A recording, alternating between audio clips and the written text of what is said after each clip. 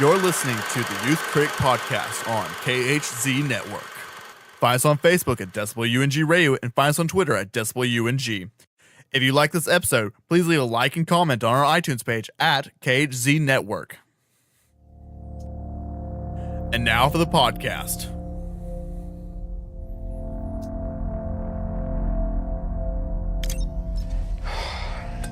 This thing on? Hey, Miss Potts. If you find this recording, don't feel bad about this. Part of the journey is the end. Just for the record, being adrift in space with zero promise of rescue is more fun than it sounds. Food and water ran out 4 days ago. Oxygen will run out tomorrow morning. That'll be it. When I drift off, I will dream about you. It's always you.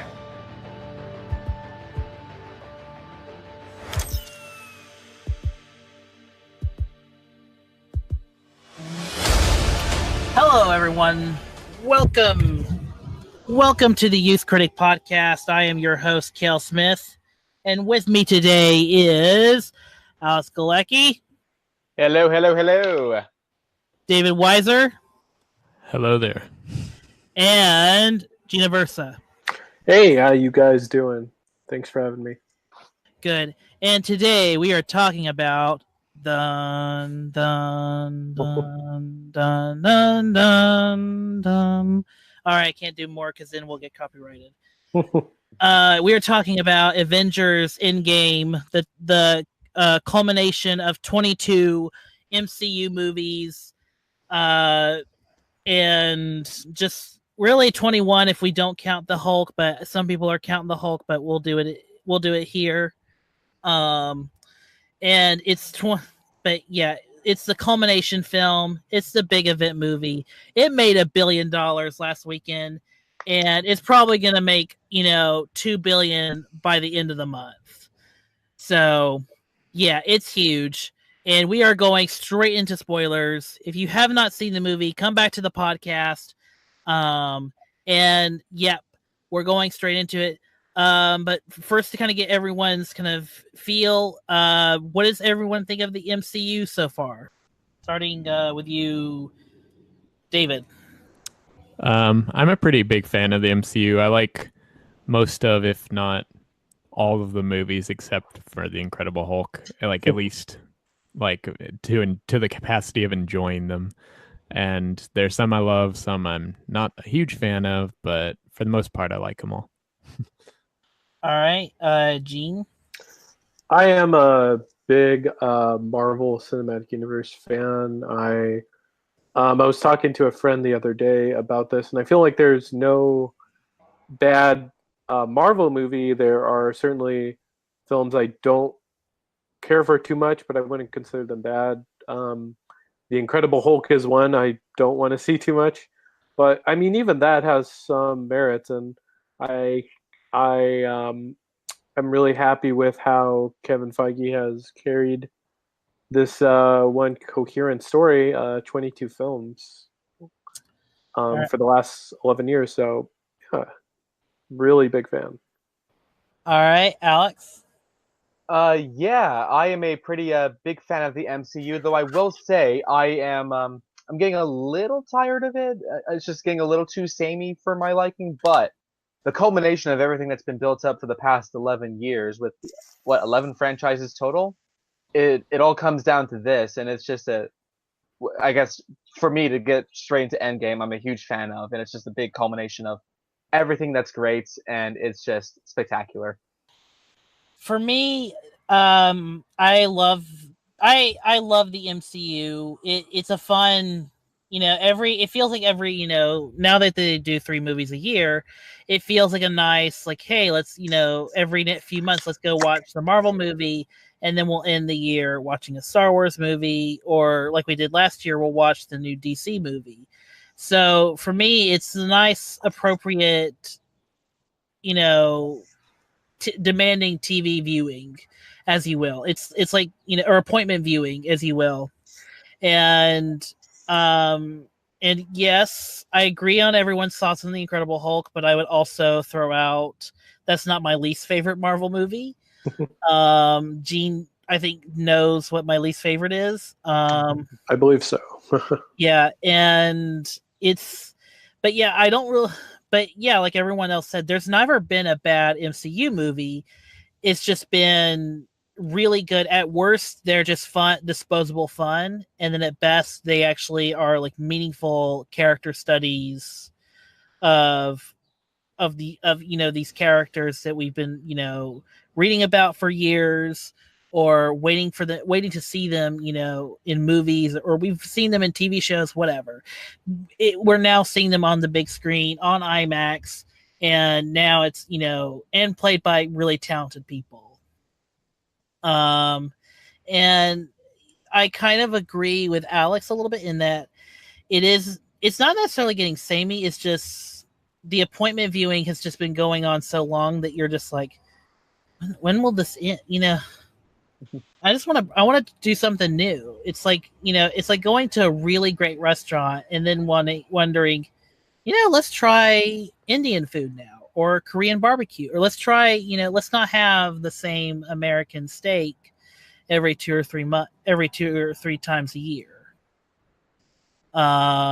So that's where I'm at. Is I'm kind of waiting for the next big thing to kind of take over, and for that to become the next appointment viewing cinema. Because right now, Star Wars is kind of reaching a break, and then DC is just kind of like, whenever we have a movie, we'll release it. That's where DC is at now. It's like, just whenever we have a movie, we'll release it. And that's how I kind of feel about the MCU. Is it's a little not only samey, but it's just like, can we get to the end, or can we stick with Wakanda or a little more? Can we stick with the Guardians a little bit more? Can we learn at least a little bit more about Captain Marvel? That's where I'm at.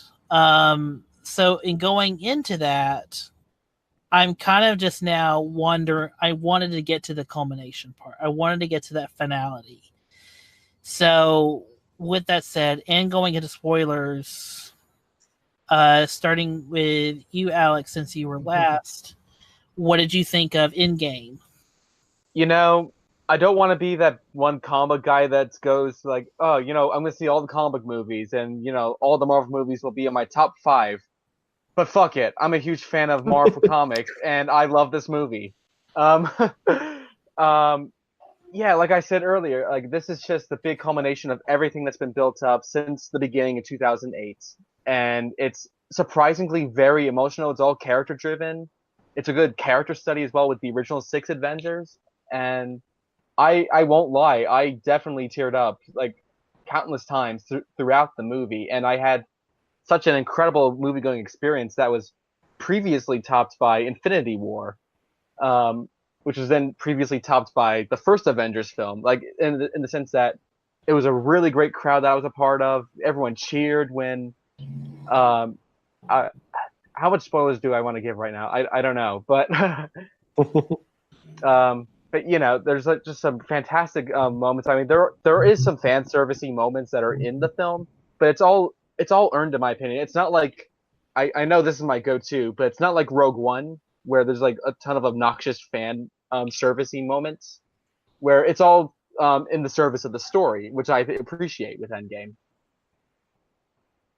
Right. Yeah, and David. Okay, so I really, really, really loved it. I have a few nitpicky things we'll probably touch on later, but for the most part, it's pretty close to perfect for me. Like I wouldn't say it's perfect, but it's really, really close. And I'm a huge Captain America fan, so I was very pleased with everything involving his character, and I was really happy with the way they decided to send him off. I guess we'll touch on more specifics on that later on, but that's just kind of my overall vague thoughts till we get into it. Gene. I really enjoyed Endgame.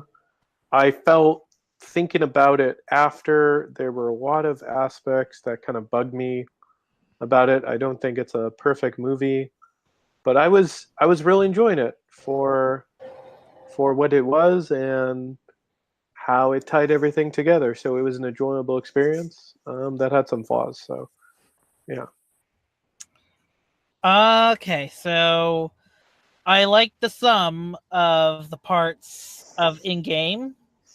I think this is a better constructed movie than Infinity War. Not hating on Infinity War, but I think, I think the problem with Infinity War is that when we get to the character moments, it's so plot driven that now when we get like combinations of characters like Winter Soldier, like Bucky and Raccoon and Rocket, the only thing they do together is they gun down faceless alien goons.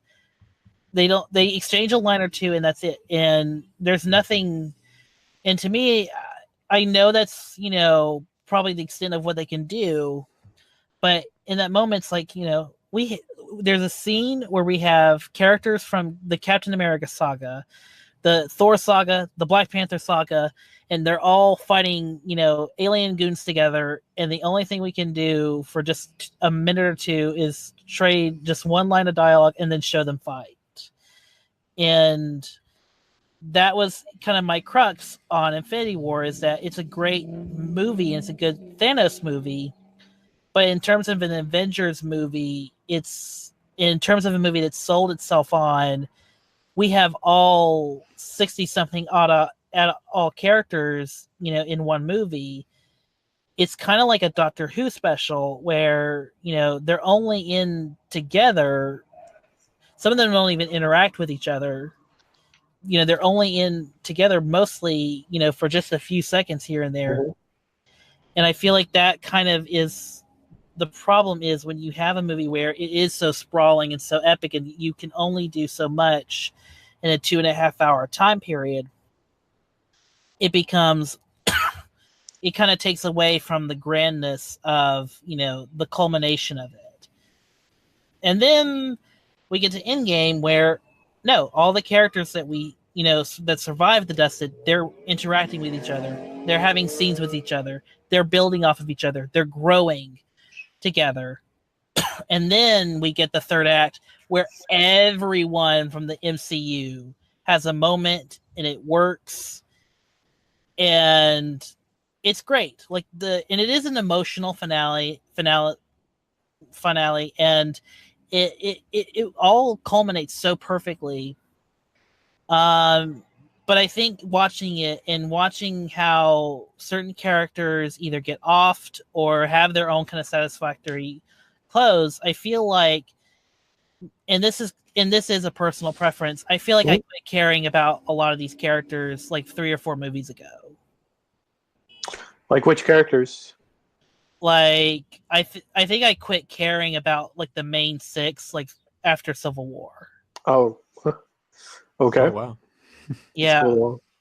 Like I don't like. It's not that I didn't care going into Infinity War or Endgame. It's just that I'm more invested now in Black Panther, in Guardians, and Spider-Man, and characters from the Ragnarok, and they're mostly all gone.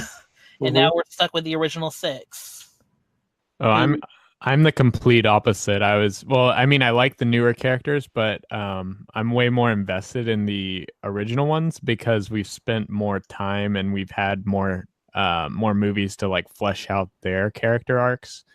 Like that's one reason that I feel like those characters appeal to me as strongly as they do, on top of I like the characters to begin with. I do like the characters. It's just I think just over time I feel like I grew more attached to other characters in the MCU. And they're all now gone. And they all got, and especially Gamora in Infinity War, I feel like she got a rough end of the stick in Infinity War. And because it's very clear after Guardians 2 that it's very much set up that Nebula and Gamora should be the ones that really have like the most face-to-face confrontation with Thanos, because they're literal survivors. Yes, Tony Stark has been living with the trauma of New York since 2012, but Gamora and Nebula have been like horribly abused since they were children. That's right. Yeah. And then Infinity War has Gamora killed for the Soul Stone, and then Nebula doesn't even, attack her father for most of the movie. And it's Thor, and just to get into it, Thor is the one that kills Thanos at the beginning of the movie. And I get it. It's all for subversion of expectation. I get it, but sometimes subversion isn't the best way to go. Mm-hmm. And I like The Last Jedi. So sometimes it's best to go to the arcs where you were going for. And I'm talking a lot here, but that's just but going into Endgame, I really loved the time I had with these people, and I loved the adventure we went on. But I'm kind of glad that it's all over for most of these characters. For the core six, I believe. I'm glad that we got to see them, and all get satisfying endings. Right. I mean, how could you not tear up when Captain America goes back in time to live the life that he never had? We're going full spoilers, by the way. Yep. Okay. Oh yeah. Okay. Spoiler Thor. There's no way to talk about this movie without spoilers. Yeah, exactly. I have to commend the critics last week for actually writing reviews and not spoiling the movie. That's very hard, yeah. Yeah. So where do y'all want to where to begin in talking about this? Well, we could start with the whole subversion of expectation in the beginning. Go for it. Take it. Okay, so I felt that moment for Thor was earned because on screen, he is one of the characters that kind of earned it. Like a lot of Gamora and Nebula's abuse from Thanos happened off screen, and it's only mentioned in dialogue, except for like a few scenes in Infinity War. So I feel like seeing Thor watch Heimdall be murdered, watch Loki be murdered, and watch half of his people be murdered right in front of his eyes kind of sets him up on this journey. And that's why the ending of Infinity War, when he doesn't actually kill him, is like you're rooting for him to do that. And then when he fails, you're just like, oh well, crap. And then like for him to get that moment, I liked that. And then I wasn't a huge fan of how they handled his character, but I think his arc, I like the intention and purpose behind it. Like I like the idea that even though he killed Thanos, it didn't really fulfill that need he had for vengeance. Like he still felt empty inside. And so I liked that, but I felt that I didn't like how they made him, how do I say this? They made him kind of overweight for the sake of shock value and comedy. Yeah, I agree. It felt like a bunch of fat jokes after a while. Yeah, like that's like all he was at a certain point. Like, and then he just looked really silly at the end with his pot belly. Like it felt really exaggerated and cartoonish. And I felt like that was a step down from how he was portrayed as this like badass character in Ragnarok and Infinity War. And I totally understand the intention behind it, but I felt it could have been executed better. I am going to disagree, actually. I actually loved what they did with Thor in this movie. Because it's like, to me, of all the characters who have had the fallout from what happened in Infinity War, I think Thor's is the most realistic. Because who wouldn't go into a deep depression after, not having the opportunity to kill Thanos, like, twice? And then on top of that, like you said, like, he lost his brother, he lost his people, he lost his planet. And he lost everything. And then he's just left with nothing.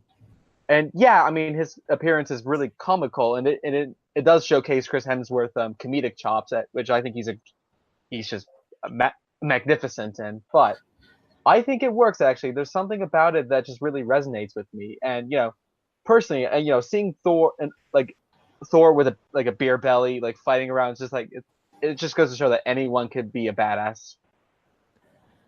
I don't know. I kind of dug it. Oh, for sure. I mean, Chris Hemsworth is a great comedian, but it felt just so bizarre seeing in this final epic battle, Thor still kind of in this like unbecoming fat suit. Like it felt like when you have an alternate skin on in a video game and you leave it on during a cutscene. Like just something about that. Like I'm not saying you're wrong, but it just was like it was just jarring. Sure. Yeah. I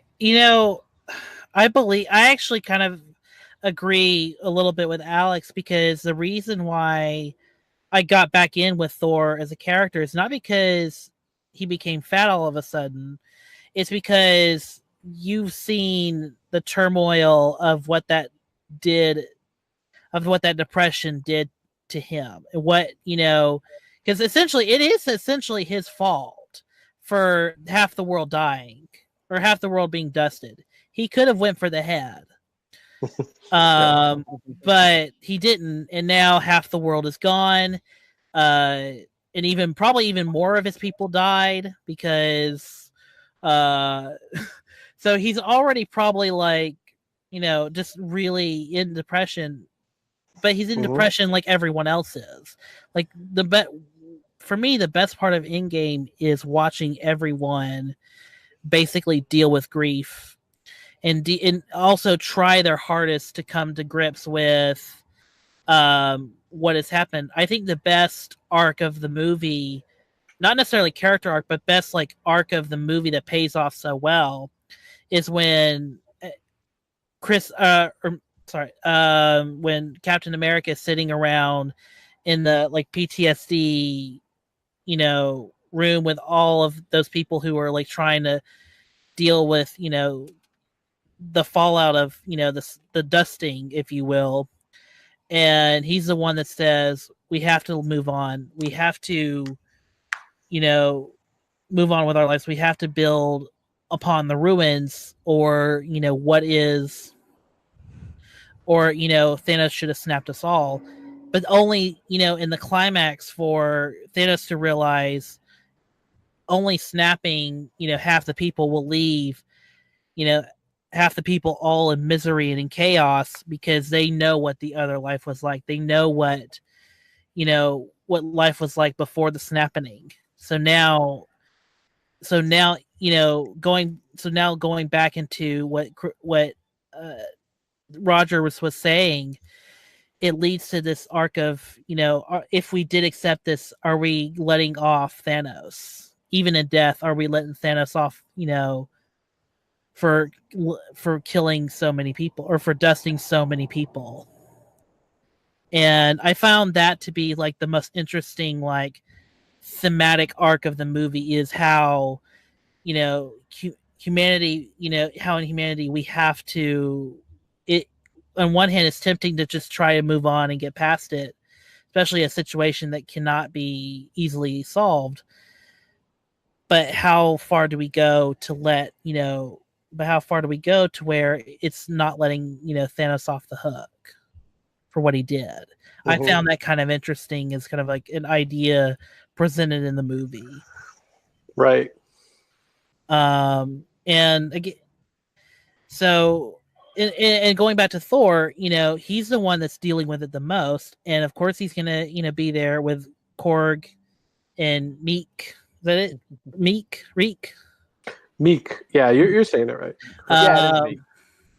Yeah, and he's there, and he's dealing with it the worst. And that's why, like, the scene where, he's talking to his mother is so emotional. And to me, like, the moment where I almost teared up, because it's a moment where, kind of the whole, what David Ehrlich was saying in his tweet, it's a story of people coming to terms with, failing other people. And definitely. That's totally the through line of the movie, and I really love that. And as I was saying earlier, I like the idea, especially behind Thor, but I felt like in execution, it could have been handled a little better. Like, yeah, Tony, we don't need to be reminded of 100 times that Thor is fat. yeah. Yeah, it was a little like fat shaming at times. Yeah, Tony, quit being an asshole. You're the one that, you're the one that wanted to go solo and with, Strange and a kid to fight off Thanos. So here's my question. So Tony Stark calls Thor Lebowski. Mm-hmm. Does he feel weirded out that both him and Obadiah both look and sound eerily similar? It's probably Bo Bridges that's playing Lebowski in that universe. Right. Yeah, that's I was thinking about that the other day. It was yeah, that's weird. It reminds me just maybe someone else is playing the Lebowski in the MCU. Who knows? Who knows? Some people I've heard maybe Obadiah Stane and Jeff Bridges look alike, and no one just talks about it that much. Yeah, maybe. Who knows? But and they even mention Hot Tub Time Machine, but Sebastian Stan is Bucky Barnes. Yeah. Oh, that's right. He is in that movie. Oh. Yeah. So. Yeah, I think someone made the joke that Marvel likes to be pop culturally has pop cultural references, but they all have the famous actors from those movies. Mm-hmm. So it's like Last Action Hero where everything's being twisted upside down. Okay, I guess that's so. Yeah. But yeah. So what other going from there, what other stuff struck a chord with you guys? I'm actually a big fan of the notion of time travel being a huge plot mechanic for this film. It's basically going through like the MCU's greatest hits and Thor: The Dark World. So, which is kind of bizarre, but it works. It all works. It's really great. It's fun seeing like these. It's almost like Back to the Future Part 2, except it's executed much, much better, in my opinion, than Back to the Future Part 2, of seeing scene recreations from different angles. And it's just, I mean, you get some really great moments, like obviously some great jokes, as well as some great emotional beat as well, like the Thor thing and the moment with Howard Stark and Peggy as well. Yeah. Hashtag Howard Potts. Yeah, I really love the flashbacks and the callbacks. It's really great. I think actually that's the most fun the movie has, is that is them like basically Days of Future Pasting the whole entire series is going back in time, and you get to see all these callbacks. You get to see Robert Redford in another movie. So much for The Old Man and the Gun being his last film. Man, that really surprised me. Like I would have never expected Robert Redford to show up for another MCU movie. Same. I'm glad he did though. I really love that his little cameo. It's awesome that he was, but I just wouldn't have ever seen it coming. Like yeah, the Hail Hydra moment. Oh, that was I thought they were going to. I thought they were going to recreate the Winter Soldier elevator scene. Like they basically set it up to, but I thought they were going to recreate that fight, and then they didn't, and they did the Hail Hydra thing instead, and I was like, oh, that's beautiful. Yeah, that was a really good subversion of your expectations. I agree. Never repeat yourself, and they didn't, so.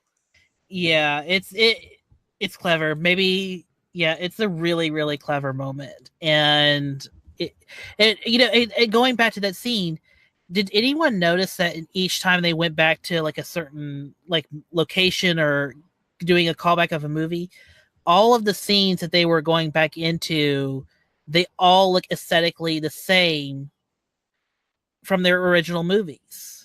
Oh yeah, I mean they kind of had to. If they didn't do that, it would look weird if you're like marathoning them and you're like, why does this look totally different than like Guardians of the Galaxy or Thor: The Dark World, or like it I think it would stand out if they didn't do that. So that attention to detail was really nice.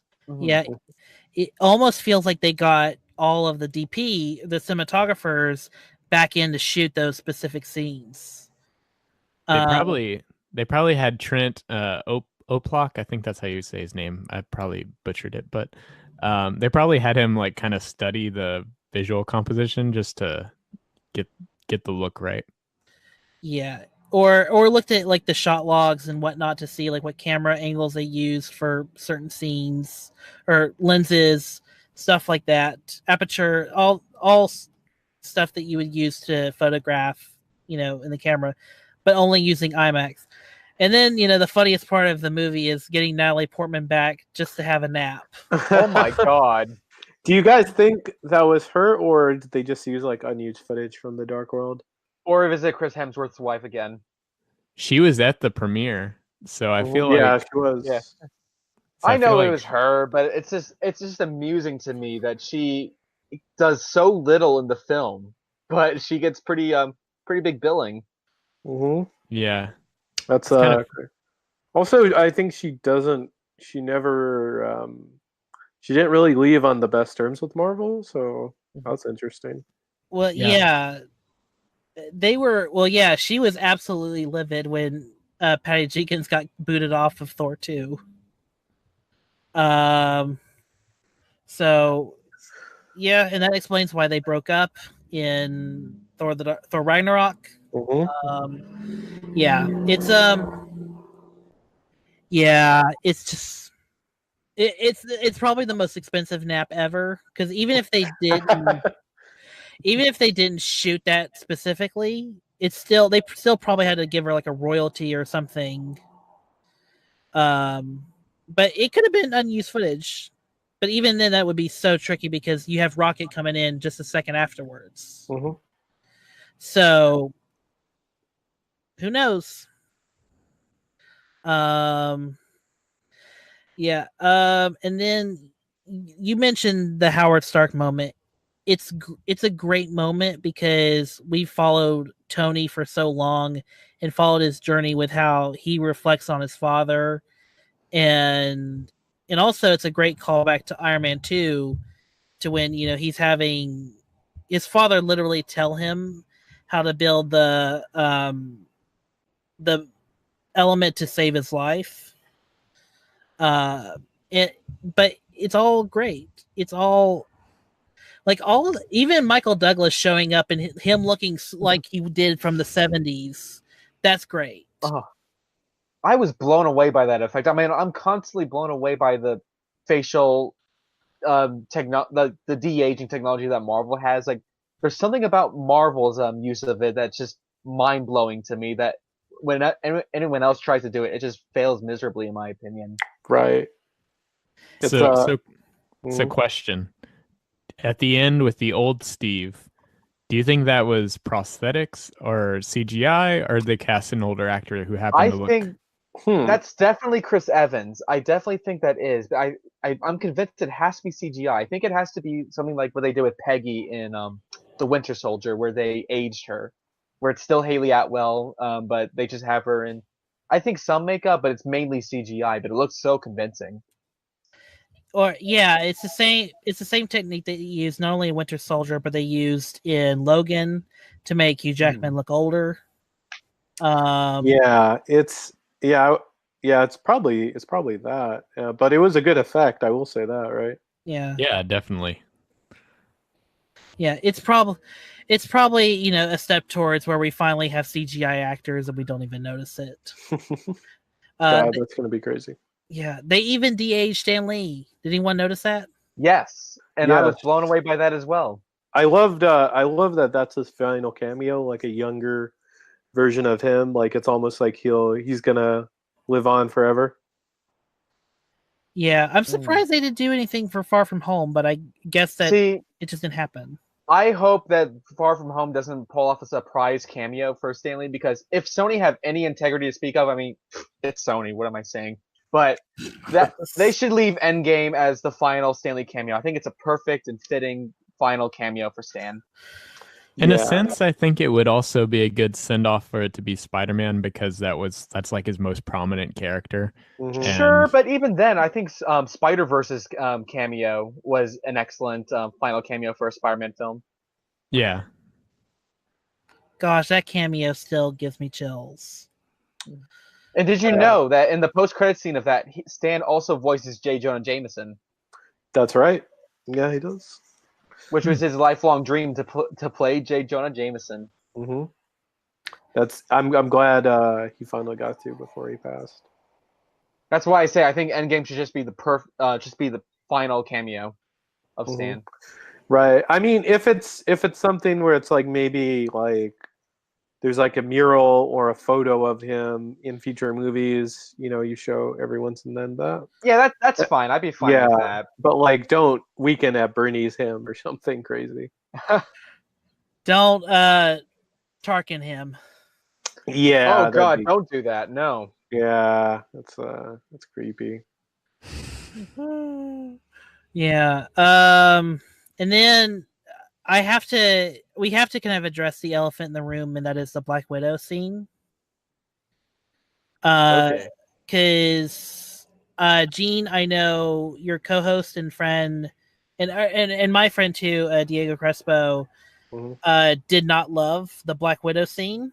Oh, yeah, you could probably use stronger language, but yeah, he did not like that at all. I also didn't care for it. What did everybody else think of it? I really enjoyed that scene because I was convinced that Hawkeye was going to be the one that dies, but then it's like, okay, well, it makes sense that Black Widow will be the one that dies because she doesn't have anything to live for, whereas Hawkeye still does.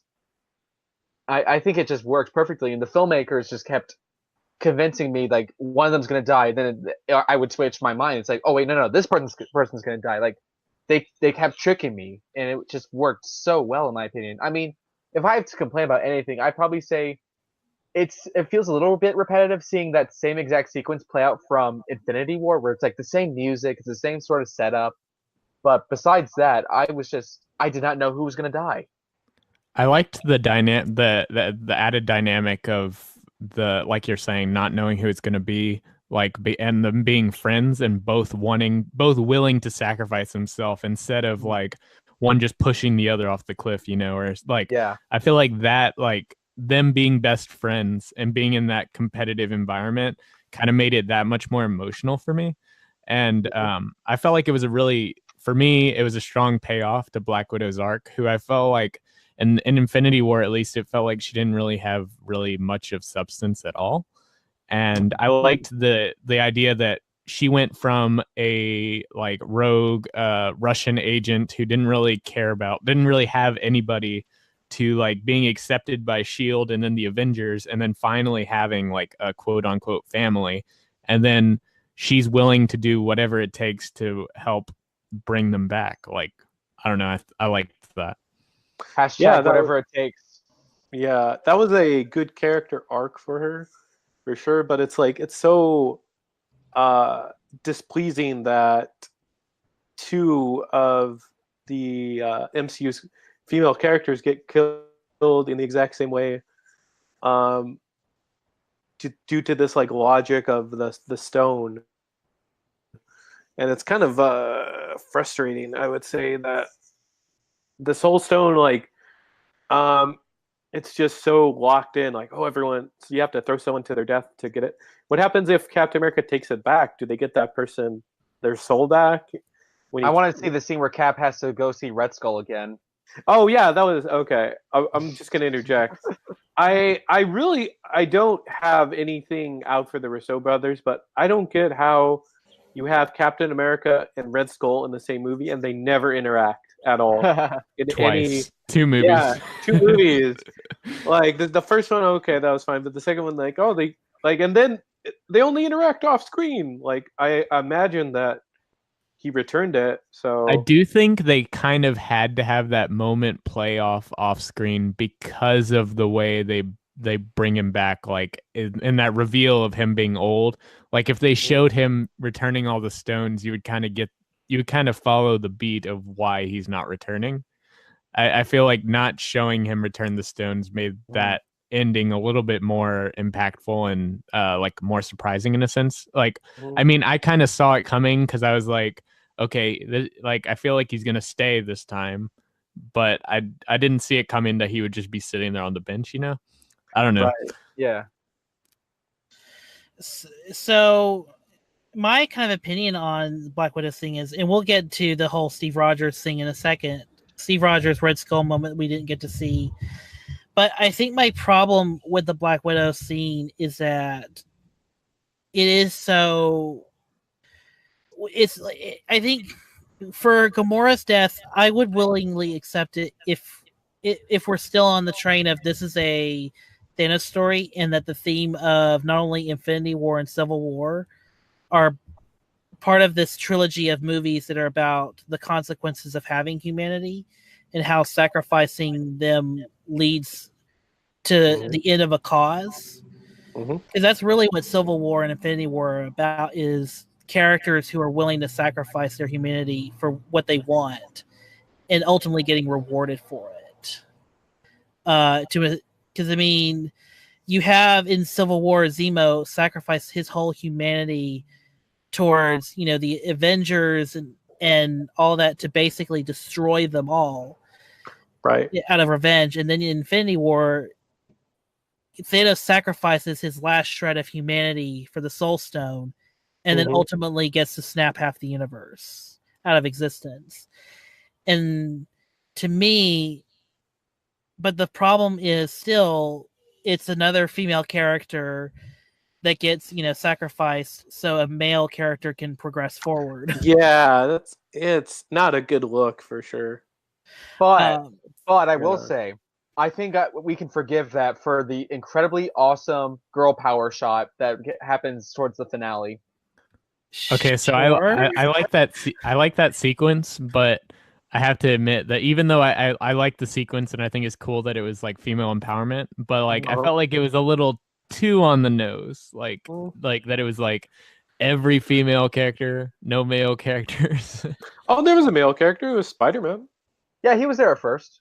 Yeah, Well, he was wasn't there. really a like all of them were fighting and he was just kind of sitting there with, you know what I mean? Like He had his moment. He was in awe of them. yeah. There you go. There you go. Yeah, but I don't know how it was for all you guys, but in my theater, everyone went ape shit over that moment. Oh yeah, definitely. It was incredible. I think it was a good moment. I'm just saying like it was a little on the nose. Not necessarily a bad thing. It was just like an observation. Yeah. Right. Yeah, forgiving the scene. I keep having mixed feelings about the scene. Going back to Black Widow, I have mixed feelings about it because it is another female character lost. And not only that, it's a female character who was set up in Age of Ultron to basically have this kind of self-redeeming arc over herself, to basically be like, because in Age of Ultron, going back and watching it, she basically doesn't see herself worthy. That's right. Yeah. Of any, any kind of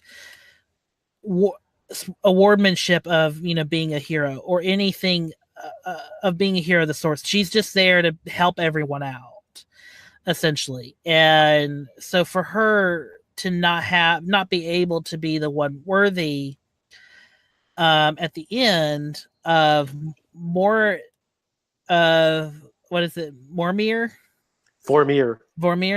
Yes. Meow. Oh no. Meow meow. No. It's a little bit like, really? Yeah. But the scene but what I do love about that scene is when we juxtapose the scene against the scene where Thanos gets the stone, you see the coldness that's already been left out of him. Whereas, when Clint gets the stone and he realizes what he has in his hands and what it meant to get it, he just bawls into tears and devastation. Whereas Thanos is like, okay, let's go back to Titan now. And I think that's just great to show how much humanity still is within the group. Oh yeah, this movie definitely shows all of them at their most vulnerable and most human since their respective origins, really. And that's another element I really loved about it. Yeah, and that's why I do like the scene. So, speaking of people that are worthy, Do y'all want to get to the Okay. worthiest of moments? Oh, I was I freaking out. I don't usually like cheer or scream, but like I went crazy when Captain America lifted Mjolnir. You know what? I am absolutely with you there. I'm not really one of those to really cheer obnoxiously in a movie theater, but goddamn, this gave me an erection. This was so. I was hard, but this was a well-earned fan servicey moment that was established subtly in Age of Ultron, where he just kind of budged the hammer, and then this is just an incredible moment, and everyone went like bonkers watching that moment happen. It was incredible. Yeah, go ahead. That and then finally hearing him say Avengers assemble like after That the was whole great. Oh, that too. that Yeah, that was awesome. those two moments are just like amazing for me. Well, and then like yeah. I haven't cheered like that when Cap gets Mjolnir. He gets Mjolnir, yeah. Mjolnir. I haven't cheered like that since Rey got the lightsaber in Force Awakens. Like that's to me like the most worthiest moments or to cheer for me, because it's been teased. It still doesn't make any sense how Cap went from barely tapping it to now he is completely worthy. It doesn't make 100% sense, but well, I think he was also holding back Tony's the info about his parents, so maybe that's why he was worthy. Maybe looking too much into it, but okay, I'll buy it. Maybe it works for me. It works. Yeah, and that's the other thing. Mostly anything that happens in this movie still doesn't make any sense. Like the time travel is bullshit. Like a lot of it is like it doesn't quite work, but I mean time travel is confusing no matter what, so I can overlook that. Yeah. That's the thing I will say about Endgame is it's so much fun even if nothing makes sense. Like it literally feels like Christopher Marcus and Steve McFeely were just like breaking their fingers trying to type as fast as they could. They were just typing as fast as they could just to get the script, in front of cameras. Mm-hmm. But yeah, him getting the moment, and then it's not even him saying Avengers Assemble, just the whole slate of Avengers coming through the portals. And then right before that, there's that like what's gonna be an iconic shot of him standing alone against Thanos and his whole army, and like that is just so well. One, it's like gorgeous to look at, and it's just like such a striking imagery. Man, that was really cool. And then like that score there, the theme Portals, like that is like god tier by Alan Silvestri. That beautiful, amazing. He's the MVP of the Marvel Cinematic Universe, because everyone has the critique that there are no memorable themes, but I think Alan Silvestri really does his best on the Avengers films, and that their theme is pretty memorable.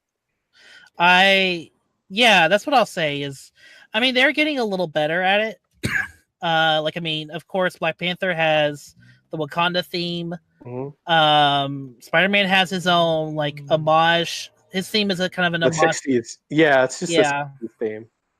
Yeah, so I mean, they're getting a little better at it, but I mean, a little bit of Alan Silvestri always goes a long way, and I wish they would have kept him on for Age of Ultron. I don't know. I kind of like the score for Age of Ultron. It was different, and I liked it. Right. There are some Danny Elfman elements that don't quite fit, but it's a good score. Yeah, listening to it again, while watching the movie, it's like, man, like I know Whedon was kind of throwing in all this operatic music, this old opera music in there to kind of make it, feel more foreboding, but still it's like just a little bit of Alan Silvestri in certain scenes would have just punched up everything. And I have no regrets of them getting Henry Jackman for the Captain America movies. I think Henry Jackman, is the second best composer they've had alongside Alex Gulacki. Okay, no, I take that back. Henry Jackman's my personal favorite composer of the MCU, solely for his Winter Soldier score. That is just an excellent soundtrack, in my opinion. Mhm. It is. It is. I think the only thing that would top above it, the reason why Avengers or Alan Gulacki's Avengers kind of tops above it is because there's nothing really like you can. Not that this should be not that this should be like the final say, but there's nothing really in Winter Soldier you can just kind of hum easily to. Mhm. Sure. Yeah. But it is a very creative score. I mean, the Winter Soldier's theme itself is just people screaming. That's awesome. Well, it's Bucky screaming "slow down" when he's falling off the train. It's him screaming but slowed down. Oh, I never knew that. I just found out this like 3 days ago. Wow. Huh. The more Yeah. you know. Yeah, it literally is just that, but severe, like very, very slowed down.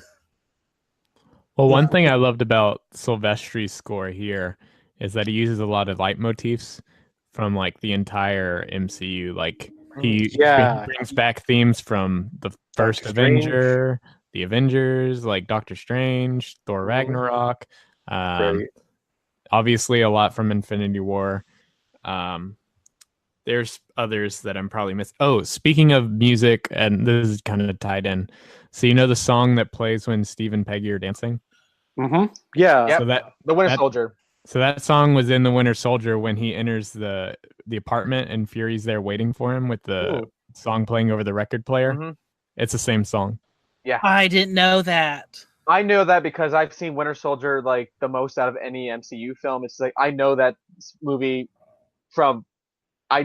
completely. So hearing that's like, oh, it's full circle, and Peggy and Steve finally get to dance. It's so beautiful. That's the Yes. moment that legit made me cry. I I- loved that that's how they ended it too. Like I was Yes. like, this is great. I agree. Well, the reason why the ending works so well is because the first Avenger ends so tragically. Like Mhm. him waking up in the modern world and realizing he's 70 years late to that dance. That's one of the themes that he echoes. And like if you listen for it, you'll hear that theme that plays like kind of when he's sacrificing himself at like putting down the plane and like kind of the aftermath. Like that theme is echoed in here, as well as like the main first Avenger theme. Mm-hmm. But yeah, I think Celebrity brought it, and yeah, I can't say I can't say any more high praise about it. I think he just brought it, and in him coming back for these movies, I can't overstate how big of a deal it was when he came back. Like, because we all thought, like, after Brian Tyler signed on to do Age of Ultron back in 2014 when he signed on, we were like, or not to diss Brian Tyler, but we were like, man, we lost another. Marvel just gave away another great composer, and we're never gonna hear that again. Never going to hear those good scores. Yeah. Yeah, and again, not a diss at Brian Tyler. Brian Tyler's theme for both Thor: The Dark World and Iron Man 3 rock. But it's just like, man, whatever. It would have been so great. And now that he came back for these last two movies, it's like, yes. And Alan Gulacki still got it. It's like, yes, these classical composers doing these big blockbusters. John Williams, Hans Zimmer's been doing big blockbusters since forever, but still, it's like these great composers are still coming back and doing scores for movies. It's great. Yeah. So, and since we're on the topic of the ending, I think do y'all want to talk about now the sad part of the movie? Wasn't all sad. What? I was like, it wasn't all sad. Oh, well, there's happy moments in Endgame. For sure, yeah. I am Iron Man. That was so badass. Yeah. It is. I loved all the callbacks to the first Iron Man. So aside from that, obviously this is how Tony Stark has a heart, and then the cheeseburger line with Happy, Yeah. and then the I love you 3000. That Oh, devastated me. Oh broke yeah. me. That That broke was me. Actually, the cheeseburger thing really fucking got me. I was like, damn it. Because that's what Tony told Happy when he came yeah, back. I'm like, the God first damn it. thing he Except he gets asks for. except he gets Burger King, but so it's like, okay, good So now job. everyone's gonna be crying at Burger King for the next month. Oh yeah. They'll be crying because they're not very good, but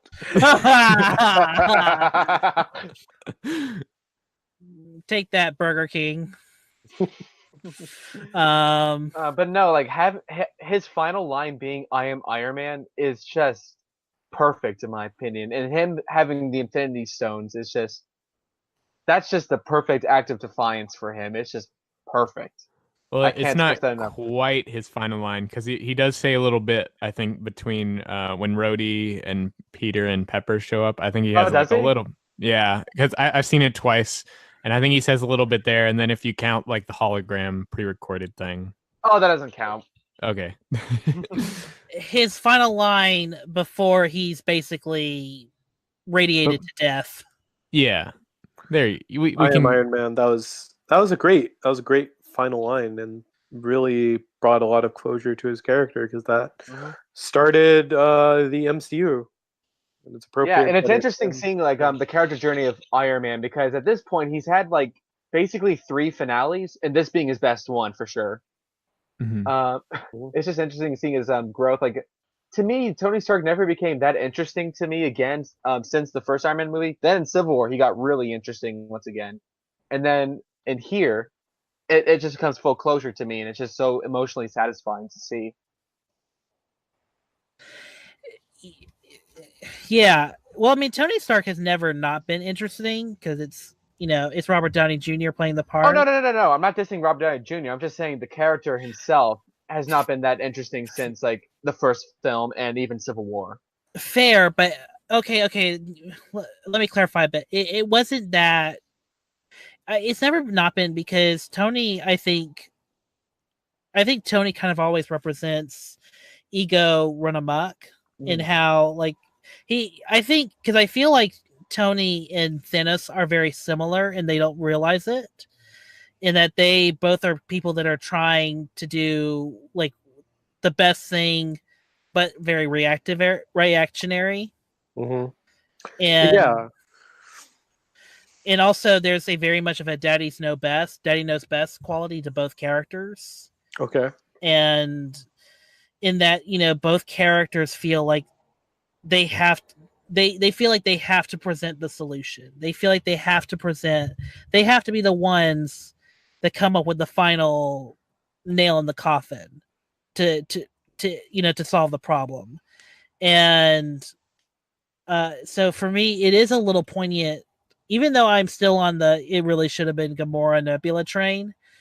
uh I it were the ending with Iron Man dusting Thanos works because not only has he in our eyes been associated with Thanos the most, but he has been also but he's also very much in that same way. They both are very similar, and to see like the two of them finally hit odds, and they finally and Tony finally gets the stones away from him to snap him out of existence. It's a very good representation of him coming away from that and realizing, oh wait, I don't have to be the solution anymore. I don't have to be the guy that saves everyone all the time. You're not the guy to make the sacrifice play. Yeah. Yeah. So, and he finally gets closure on that, kind of fear of what's beyond and everything, like by finally being the one to take out Thanos. And speaking of, since we were just talking about score and echoing themes, that theme that plays is the same theme that plays when he flies the nuke up into that portal. So it's kind of like a bookending, like his journey with Thanos, or his like journey with seeing Thanos, and kind of like that kind of when the manifestation of fear and everything, and like finally bringing that to a close. Right. Yeah, it's a great character moment, and that's like it's a great character moment for Tony to be finally like realize in his last like breath that he can finally, you know, let his legacy continue on and let his, you know, let the heroes that have kind of grown under him, like Spider-Man, Doctor Strange, Cap, all the Captain Marvel, like let them all now finally let them take the torch and let them be the ones that solve the solution.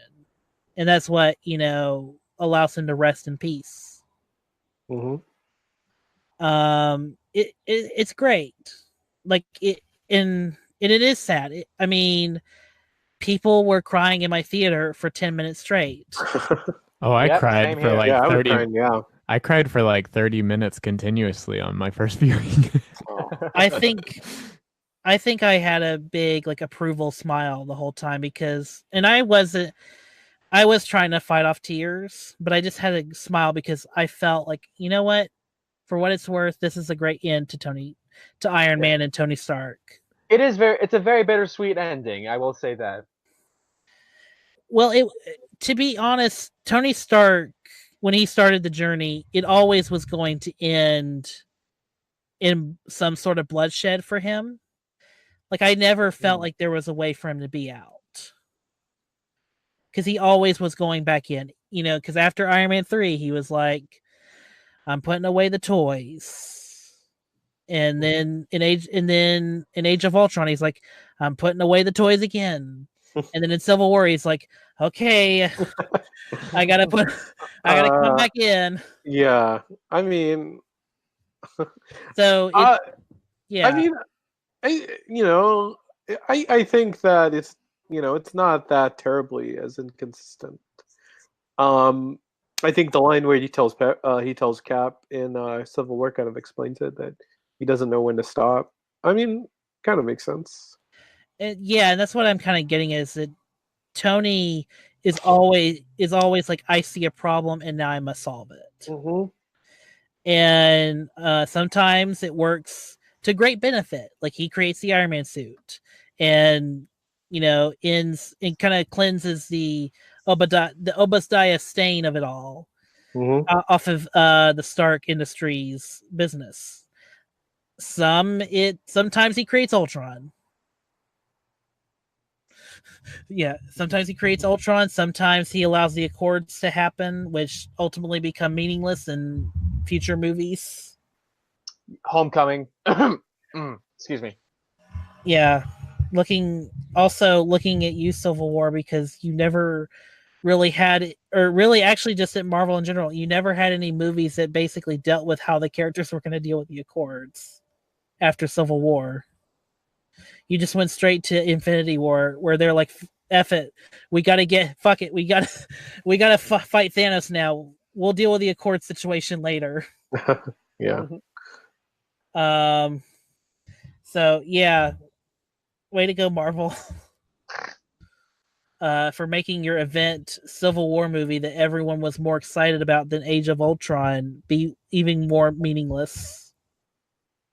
I do think it did have some consequences, like the consequences being an Infinity War, that because of the division and the divide between the Avengers, Tony and Steve weren't able to really come together. And like Tony didn't go to Steve like he should have, and so that kind of helped Thanos win in a sense. Mm-hmm.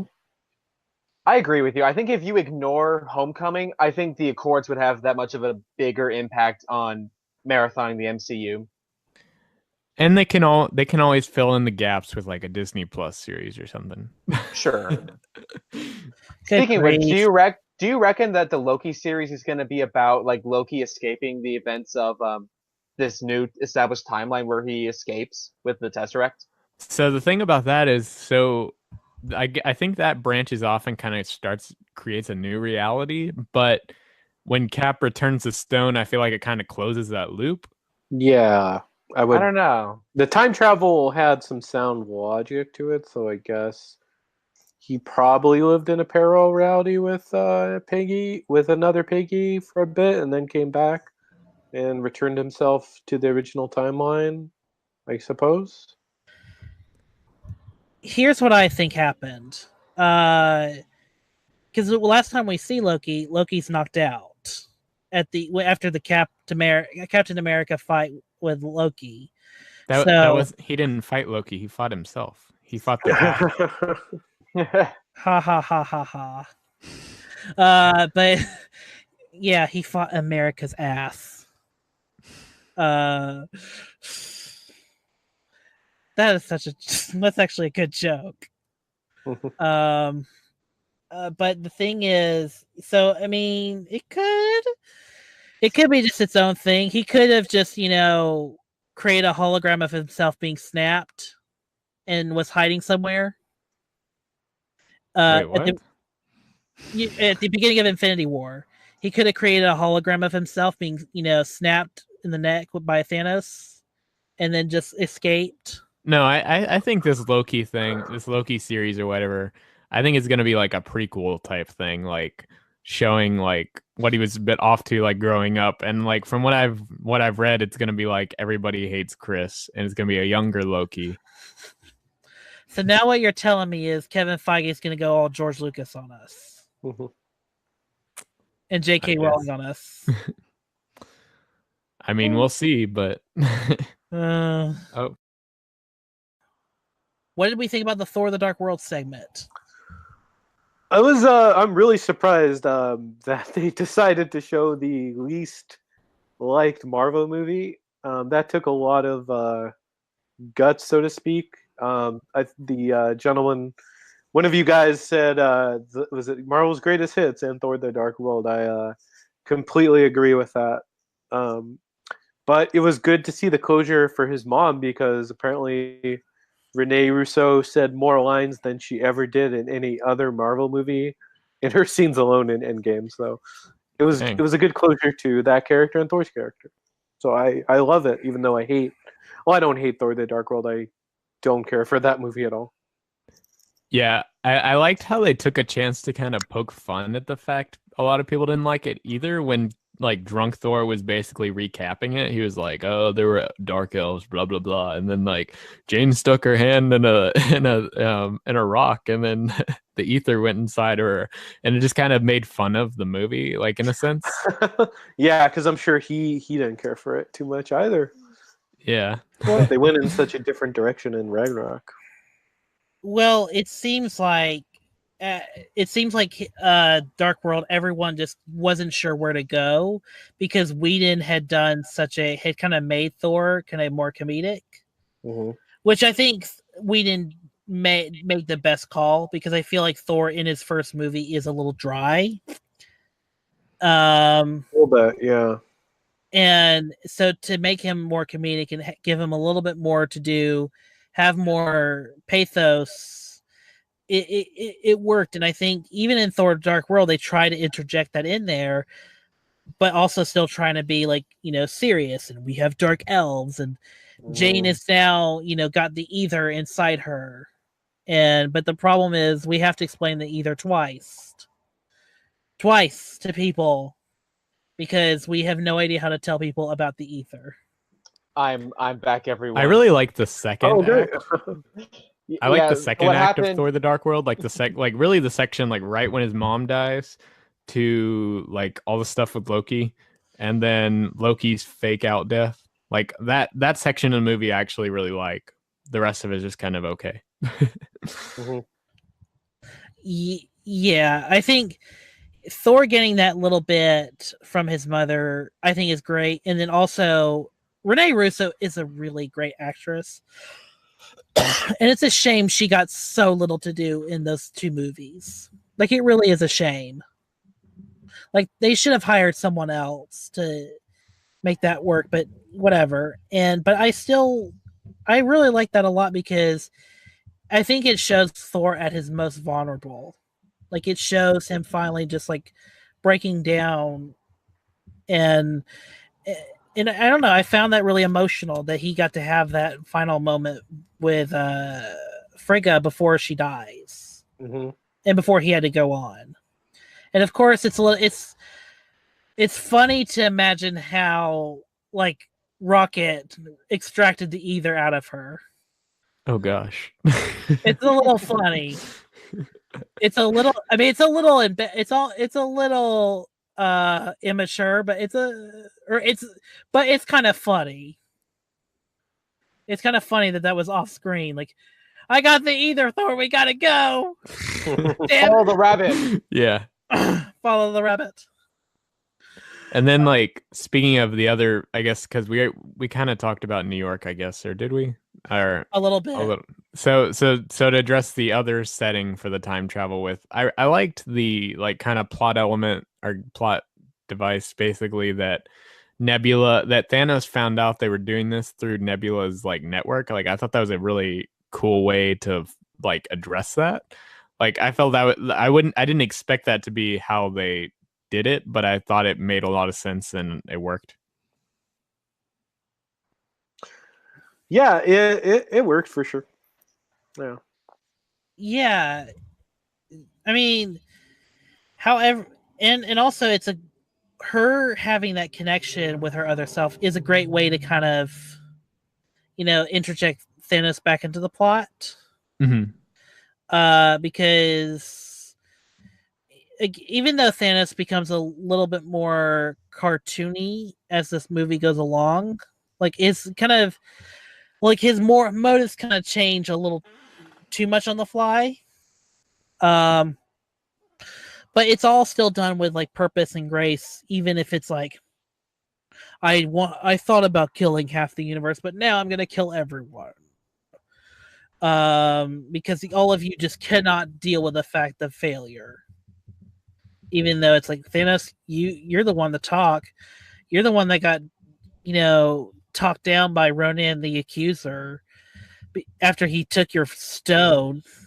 And also, I don't think you dealt with it well when Loki, when you handed Loki the Mind Stone for his little cipher or whatever it's called, his spear thing, The scepter, and you didn't ever get that back either. So you're the one to talk, about loss and not getting what you want. And you're the one to talk about failure, Thanos. Take that, you purple, ugly grimace. Anyway, I'm done. I'm done with my Thanos jokes. Well, I guess I'll interject with a Thanos joke. So I apologize if my disappearance was abrupt. It was because Thanos literally snapped me out of existence. Oh yeah, behind the scenes, I was having to like snap Alex back into existence. Yes, Mr. Kale, I don't feel so good. Hashtag avenge the fallen. Yeah, we all had to go on a journey. Jean had to be the one that had to sacrifice somebody for the Soul Stone. David had to go to New York. David had to go talk to the Ancient One. I had to go talk to my mother to get the ether. What did it cost? It cost everything. But no, in all seriousness, I just lost internet connection. Yeah. My internet's a bitch. Yeah. So, we didn't even talk about the beginning. We've talked about everything else but the beginning.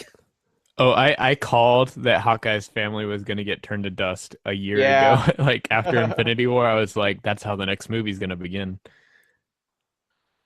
I honestly thought the opening would have been more similar to Dawn of the Planet of the Apes. Like, you just see, like, the entire planet just, like, unraveling over the snapping.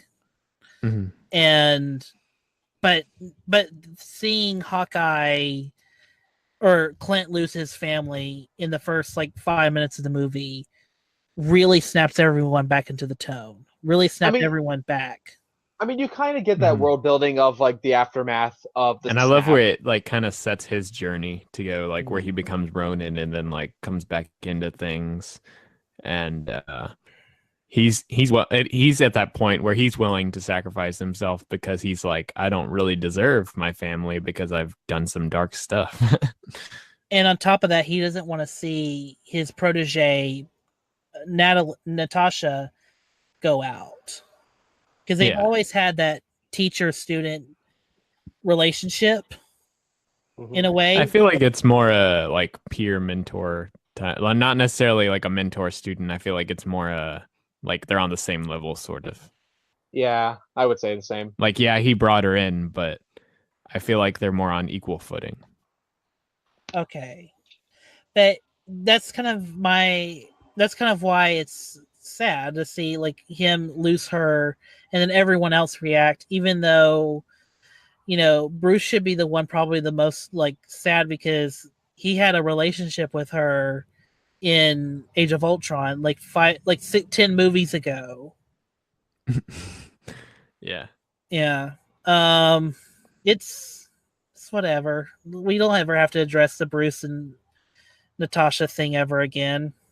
I mean, he chunked that bench into the lake, so that was it. All of that for a bench. Anyway, so but what I'm kind of inferring to is my big issue. I think my single large issue I would point at is in Endgame is that it felt like two movies, but the whole second movie got crammed into the first 30 minutes of the movie or the first 20 minutes. Yeah. Because it feels like there should have been a whole other movie of Captain Marvel showing up and then everyone kind of figuring out what to do and looking for Thanos, but then realizing, oh wait, we need Tony and Nebula. I feel like that other movie that you're like wanting for like if they had done like before the time jump, I feel like that movie would have been really boring. so I think that's why they crammed them together, you know? I understand, but I don't know, where my favorite Marvel movies are still like where characters hang out and try and figure out things together. Like I still hold true that my favorite moments of the MCU are like the farm or when the Guardians of the Galaxy are hanging out at Ego's palace. Yeah, and I feel like there's still plenty of that in Endgame. Like, right.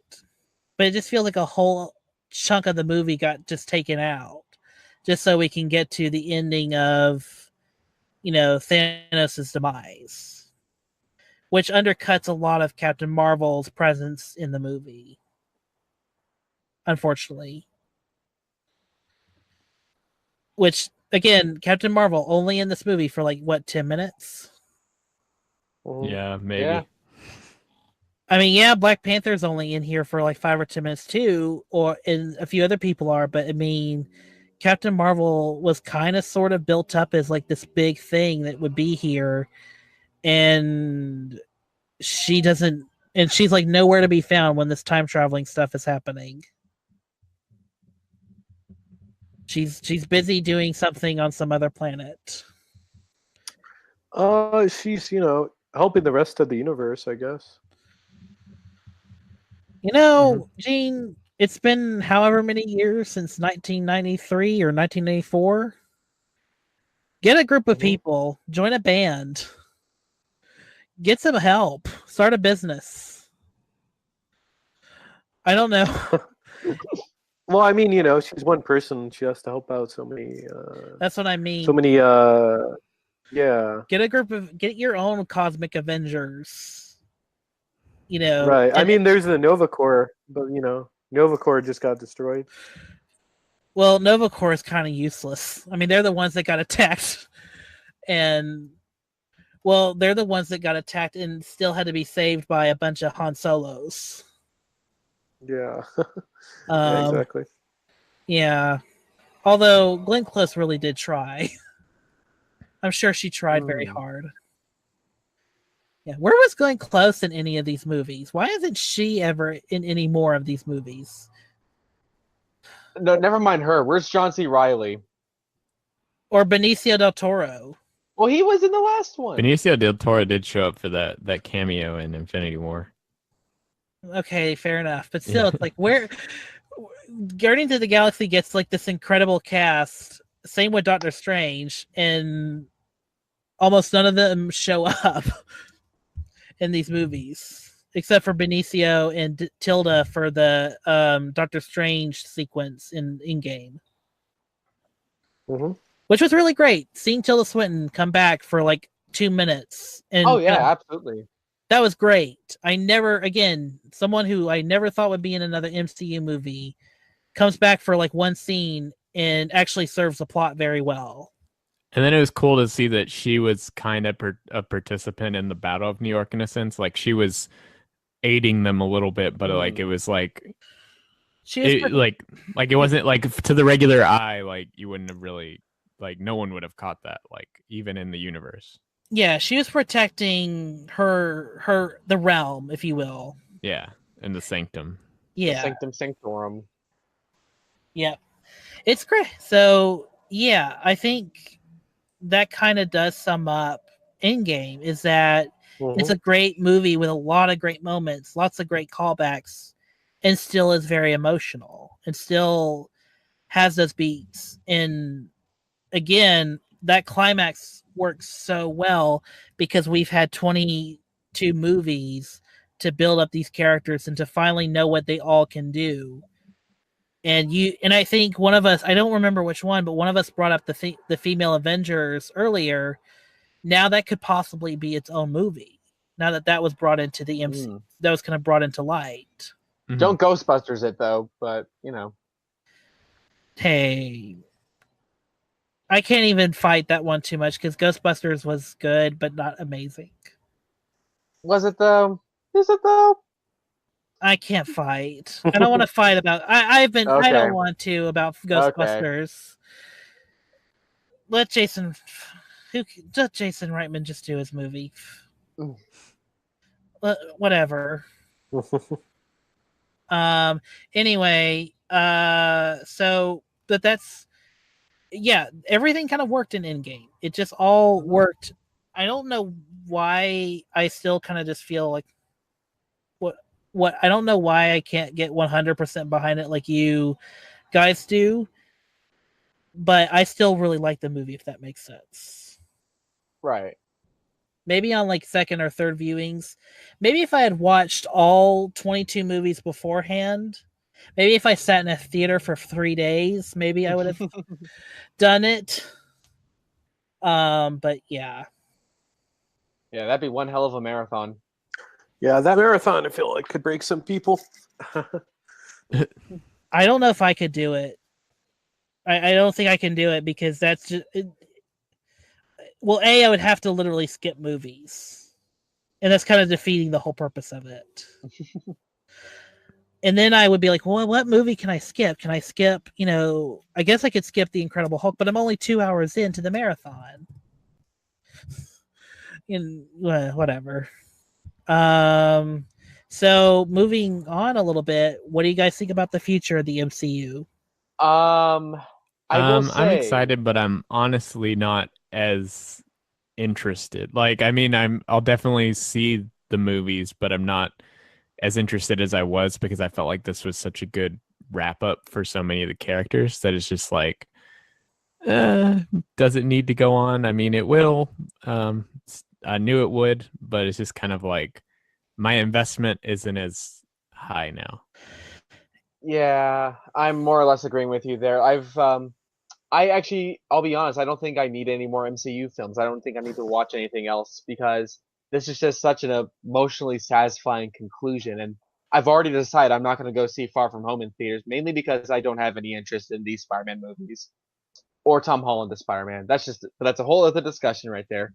But all in all, I don't really care anymore. I mean, apart from James Gunn coming back to do Guardians 3, which I'm all for, there isn't much else I'm really that interested in anymore. I feel like I have my story completed.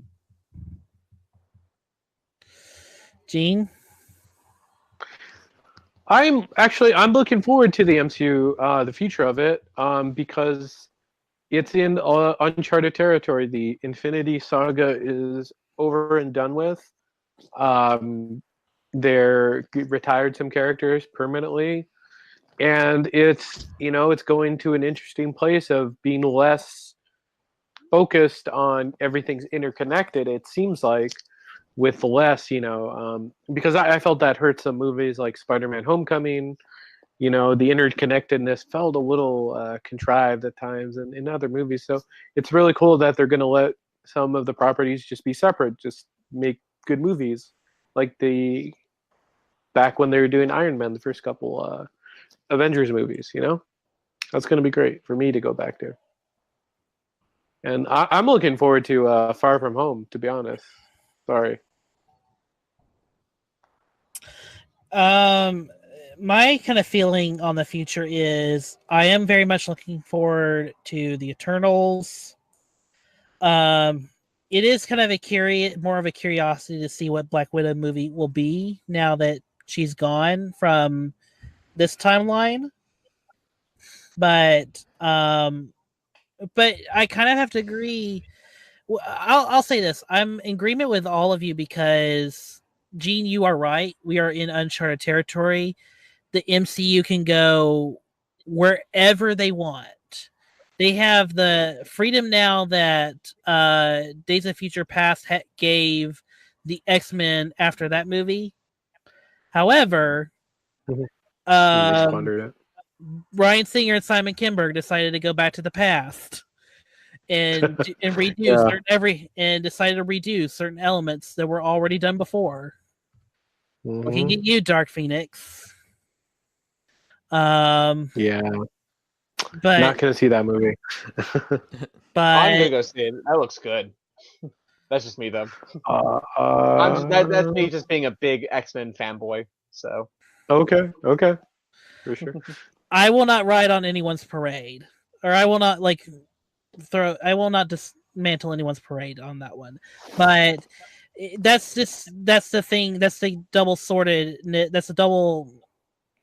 sword of the whole thing is now that we're in uncharted territory, it could either go, we can go for more greatness, like what we got with the end of, like, if you guys have seen Fringe, season 3 was a great end to the show, but they rebooted it and it actually worked out better. The show worked out better in its 4th season when they rebooted it in a way.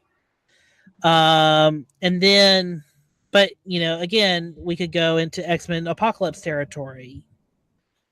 It could be terrible. Yeah, it could be terrible. And I don't know. For me, yes, I will still see these movies, but going with what David and Alex have said, I am kind of less interested. I will, of course, I'm very excited for what Ryan Coogler will do for Black Panther 2. I'm very interested in what James Gunn has for his 3rd final Guardians movie. Even though now it's kind of in a confusing state because it's almost clearly that the last scene that the Guardians had together with Thor, it almost felt like them being like, hey, let's make this kind of a nice little pitch for Taika Waititi to do. But now that he's back, but now that Gunn's back, it's a little like, oh, I guess Gunn's now gonna have to put Thor somewhere in this movie. Right. Yeah. No, I mean that's really interesting. I hope Thor loses the fat suit. So that's gonna be weird. He probably will. He has the spirit to. He has the spirit to go on now. I feel like it needs to either happen off screen between the movies, or they need to have a really hilarious workout montage. Yeah, I hope so because that just got to be a joke that was like too much old. Yeah, because I mean it was funny, but it's like it was just like I hope they never have Fat Thor again, or have the Hulk dab too. Because that was just, I mean, I like Professor Hulk and it was fine to have Banner in charge, but that was just really jarring that we go from they hate each other, him and the Hulk doesn't want to come out, to now they're just dabbing.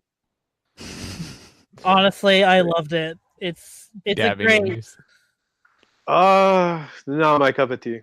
It's off-putting for sure, but it's still that's great. We get Hulk serving tacos to Scott Lang. That's great. interesting. That was fine. That was fine.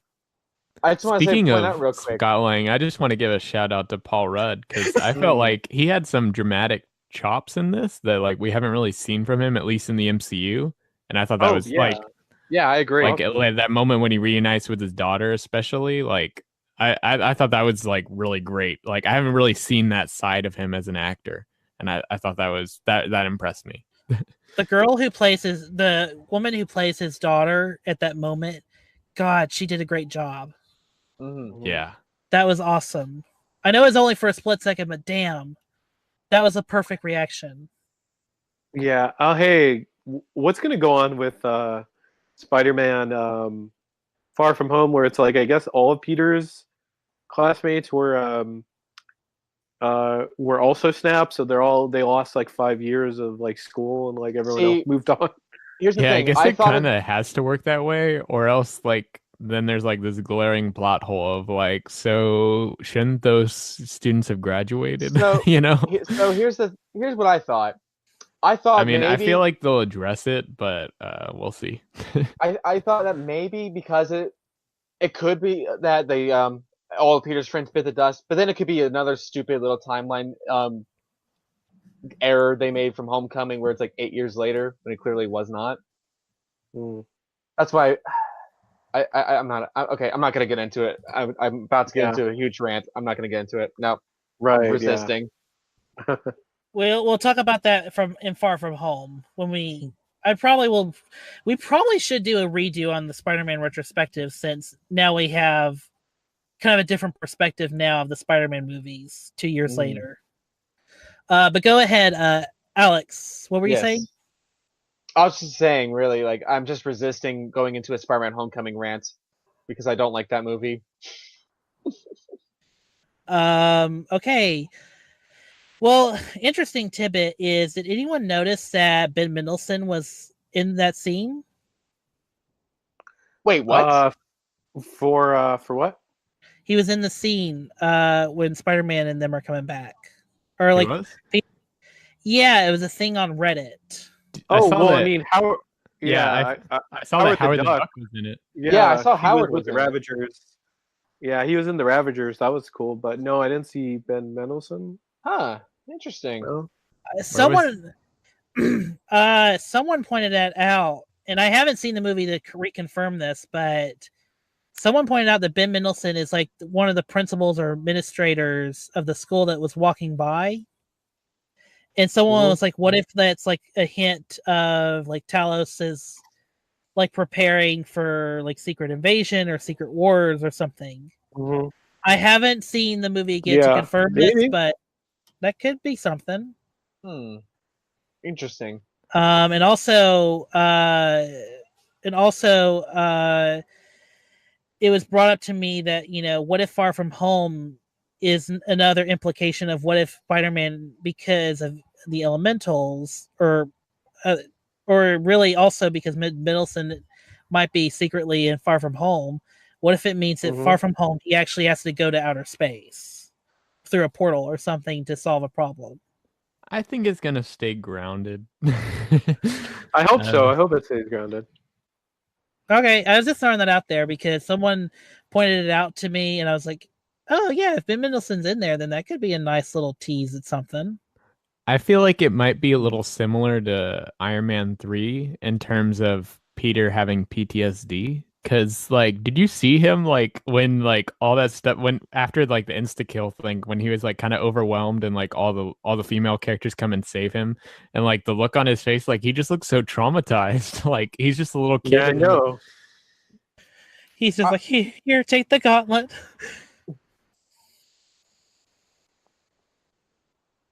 Yeah, that was yeah.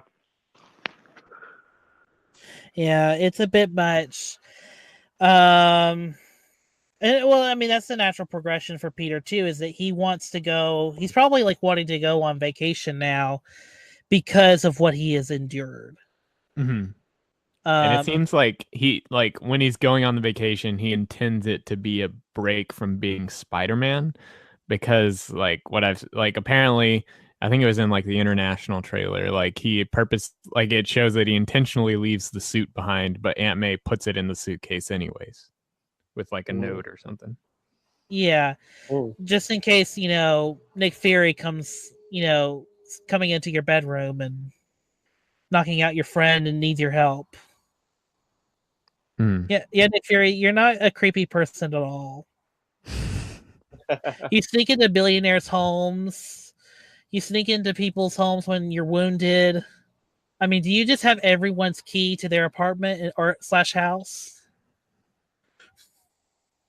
Anyway, He probably has some like shield technology that can just allow him to get in, like break, like basically crack the lock, like just get through any lock. he is a master spy. His secrets have secrets, mhm. But yeah, it'll be. Yeah, where was Nick Fury in this battle? Where was our Nick Fury in Maria Hill on a hill shooting down aliens? Well, I mean, what could he do?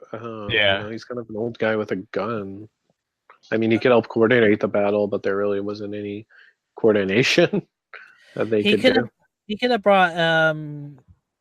Oh, now I'm gonna blank. The helicarrier. Is that what it is? Yeah, I suppose he could. Ah, Yeah, bring that helicarrier to blow up Thanos' ship. Blow everyone. Blow his army sky high with that helicarrier. I felt like it was kind of cooler to have Captain Marvel like swoop in and like destroy the ship, though. It is. But it would have been an even funnier joke if, again, the Eagles come in to show up. The Eagles The emblem. fucking Eagles. Oh my god. The fucking- So Eagles- anyway, what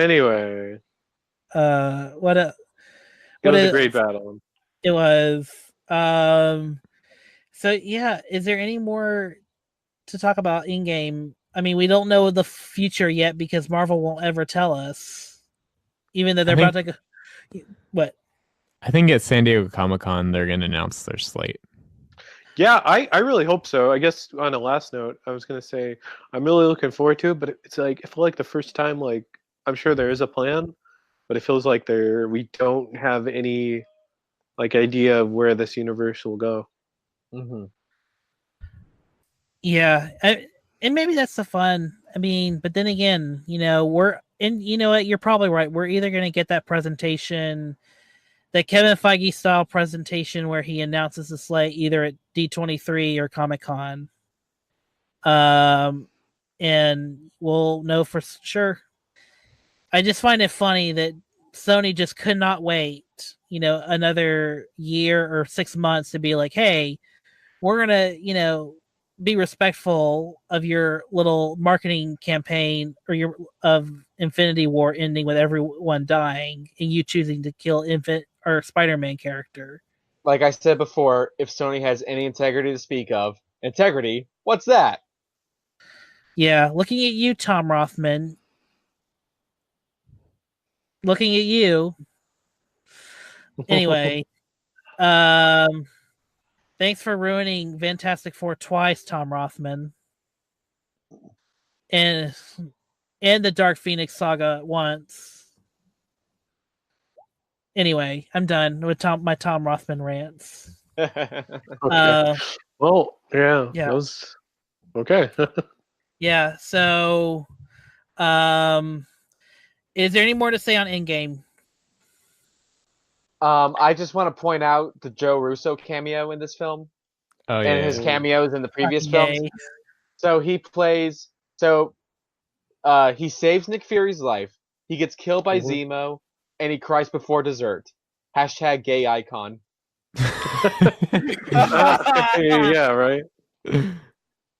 Did he have a cameo in Infinity War? Apparently he did, but it was cut. Okay. So we'll never know what it was. My whole thing about that is, it's first of all, I didn't even notice I didn't even notice that he was talking about him and his partner when he was bringing that up. Mm-hmm. So I was like, okay, he's talking about him and his friend reminiscing old times. Yeah. And then I find out on the internet, like the next morning, that Avengers finally has a gay character on screen, played by the director, and I'm like, what? What happened? Did I miss it? Dang it, I missed it. And it's a little bit too much of a celebratorial, like, way to go, Joe Russo. You made a character that was gay, but he only has like a minute of screen time in a 3-hour. It's like, we have a gay superhero that's a main character, right? Yeah. I mean, Eternals is gonna address that, so Hopefully. Well, I think they've already come out and said that they're like the lead character is gonna be like openly gay. Awesome. Yeah, I mean, that'd be great. And on top of that, their casting is even more diverse than like all the other like Marvel. Okay, other than Black Panther, but still, it's a diverse cast. Mm-hmm. I mean, you have Kamal Nanjiani playing one of the characters in the movie. Yeah, I love I love the Big Six, so I'm excited to see him in this. Yeah. But yeah, if no one has anything else to say about not Captain Marvel, Marvel's Avengers Endgame, does anyone want to just go straight to plugins? Yeah, sure. I'll All right. first. Go ahead, Gene. You can find me on Gene9892 on Twitter, Instagram, and please subscribe to my podcast, the Waffle Press Podcast, that you could find on YouTube, iTunes, and check out our Patreon. David? So you can find me on pretty much everything at Wieser_David. And then you can find my blog where I review films, Film Assessment. It's just at Film Assessment. And I haven't gotten around to writing my Endgame review just yet, but I'm going to be uploading it sometime like the next day or so. Okay, cool. So this is an exclusive? Yeah, awesome. Sure. I don't know when this will come out, but sure. This is okay. And Alex. All right. Well, if you can't get enough of me, you can find me on the Insta. I am at its_Gulacki time. You can find my blog at galaxyreviews.wordpress.com. You can find me on the YouTubes under my name, Alex Gulacki, where you might find something in your inbox pretty soon. Who knows? Nice. All right, and you can find me on Twitter at MovieKale, and then you can also follow the show at The Youth Critic, and then you can also follow the channel that distributes this podcast at KHC Network. Thanks, everyone. We'll be back with you in a couple weeks for Detective Pikachu. I'm really looking forward to that. Yes.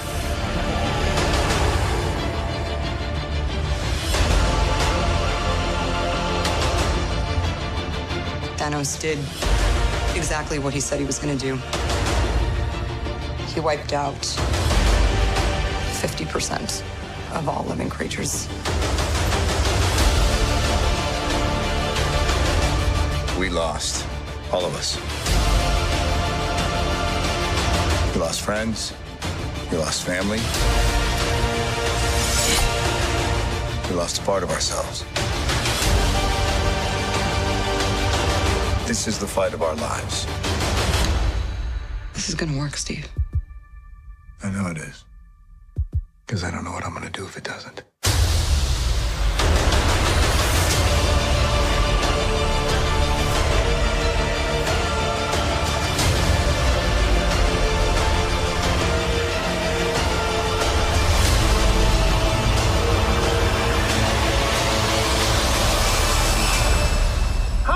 Is anyone home? This is Scott Lang.